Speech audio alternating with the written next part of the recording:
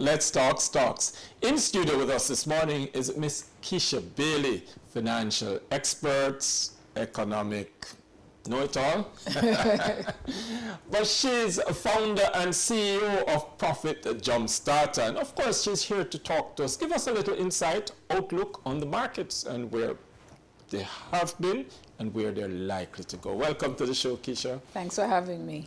All right, so you are the guru in the marketplace, financial. Once upon a time, financial discussions, business news wasn't so sexy, but I mean, you're changing the profile of the landscape. Yeah. Talk to me about what's that's been like for you. I mean, Yeah. are people really interested in business and financial information? People are interested in making money. I would say that's the driver behind of it. That need, that desire to build wealth. And what we do at Profit Jumpstarter is that we're heavily focused on financial education towards building wealth. So it's not just an academic class and you're going to do an exam at the end. This is real life education that you can take and implement and learn exactly what do you need to do to build generational wealth. Not, a quick money today and you're broke again tomorrow. But having that lasting so it's sustainability. It's Sustainable building wealth and sustained for generations. Yes. And people understanding the importance of that. Yeah, so the thing for me is that I grew up poor. I never born into money and have, a long string, a generational wealth following me. And these same principles that I teach are academic financial principles. It's just that I'm able to break them down in a very relatable and simple way. And the main focus is taking action. So what we do at Profit Jumpstarter is that we focus on practical life education about your finances. So it's not just academic theory and then you're left not knowing what to do. It's education that pushes you to take action. And what we do is make sure that it's very simple and relatable so that you say, it's not so bad. I really can do this. And then you actually go now and take the action, because my whole passion is not just teaching, but making sure that you feel motivated to take action along the way, because that's the only way we're going to be able to build the wealth that everyone wants. You have to take the action.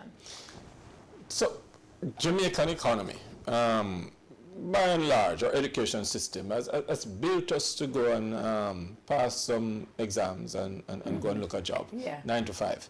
But all the wealthy people and all the people who are at the top of the game are saying to you, you need to have multiple streams of income. So it's not just about a 9 to 5. Would it have helped to shape a better Jamaica, especially talking about wealth creation, had we taught this in schools from an early age? And yes, as we look through the evolution of time, the main focus back in the day, or not to age myself, but going in the 70s, 80s, 90s, we were in a mechanical age. So a lot of the education was designed to help persons to get jobs, to operate machinery, to operate in offices and so forth. As we move further now into a digital age, a different set of skill sets will be needed. Absolutely. And so in schools now, there is talks about getting financial education in from the primary or the secondary level that now will help to propel persons from earlier on to start thinking about wealth creation earlier, and not let it be something that, when we start work, is then now I say, all right, may I make some money, what do I do now? So that's an important change coming. Interestingly, Keisha, when we look at how Jamaica has evolved and our capital markets, including the stock market, has moved forward, would you say that Jamaica is fast becoming certainly a leader in terms of financial markets, wealth creation in the region at the very least? Yeah, most definitely. I remember, again, back in the day, not aging myself, when there were only about 40 listed companies on the Jamaica Stock Exchange, pre the junior market. And at that time, investing in the stock market was something that was reserved for persons who were wealthy or institutional investors, which is the work that I did back then. So it's really was just only us kind of in the stock market. Now with over 100 listed companies and the existence of junior market and the main market, there's lots more opportunity both to get capital. So we have persons building wealth through their business and they're accessing capital through the Jamaica Stock Exchange. Also, you have investors at multiple levels now participating in the stock market. So the interest is there on two different ends, both accessing capital and also investing, and it's creating a lot of activity and interest. Now when you're layering education on top of that, that is now the glue that kind of ties everything together, because now with education you're able to make smarter investment decisions. You're able to think more on the business side. If you're accessing capital and you understand finance, you're going to be more strategic in how you do it. And then as an investor, with financial education, you're going to now be able to pick solid companies, build a nice portfolio that can give you that generational wealth. And I'm happy you went to that route, talking about building portfolio to use to create generational wealth. Is it real? And you spoke about the regular Joe now being able to access the markets. Is that real for the general person? I mean, what's that experience? Can the regular Joe earning his money really come into the market and build that wealth? So again, because we're now in this digital age, it's easier to do that,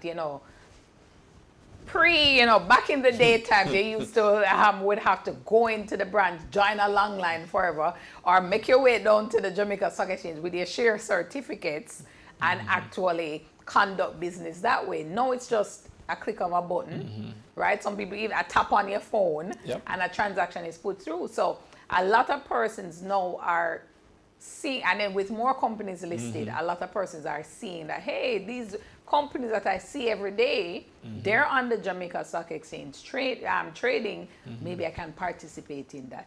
And you hear your friends talking about it. It's more prevalent on social media thanks to the work that we do as well in making sure that the information is there. So persons are seeing it and they're becoming closer and closer to the information. And the thing is, if you're that close to the information, you're going to touch it. You're going to make a move. And that's what we want, more activity. And so, regular persons, they're very, some stocks that are very popular on social media. A lot of persons, they hold them, they love dividends. And so companies that pay healthy dividends, they tend to be the more popular companies for investors. So the activity is there, and I think it will only go higher and higher from here. Talk about dividend investing. So we've seen a lot. Well, we know, for instance, the institutional investors are keen on dividends because income is very important to them and the growth in their portfolio. And there are some companies on the market that really pays decent dividends. I know Carreras is a big dividend company. The king of dividends, Carreras. Scotia at least pays quarterly. And there was the argument about NCB recently. Around dividend payments. Are dividend payments in our local market really all that? Well, with all that, you mean all that as in exciting? Yes. A lot of investors love dividends because it creates an opportunity for you to have additional income coming in, passive income, and that's one of the buzzwords nowadays, passive income. I want to work smarter, not harder. And so with dividend stocks, you're getting money in passively. You don't have to do nothing other than buy the stock, and you're going to receive these dividends. So it's very popular, and it's the interest in the dividend-paying stocks, I would say, is higher than on the growth stock side. And that would be good at this point in time where the market is relatively stagnant. On social media, you said it's a big discussion. Which are some of the stocks that the people are looking at as good dividend stocks? The Carreras, as you said, Trans-Jamaica Highway, TJH, as the ticker symbol. That's a really popular one. Everybody loves their Trans-Jamaica. The banks are also popular for dividend stocks, and in Carreras as well. So people are always talking about, just get my Trans-Jamaica check. You have people taking pictures of the checks, showing that they're getting the dividends. And what's even more prevalent now is that as the junior market companies, which traditionally are growth companies, right? They're younger companies accessing capital for growth. A lot of them are announcing their plans around dividend payments, and that's drawing a lot of attention to trading in their stocks as well, because, as I said, dividends are keep. That's what's happening. It's interesting that we're here talking about dividends. When I looked at the flurry of companies announcing, you know, the intention or actually confirming, we have actually declared dividends during this last quarter. It's been tremendous.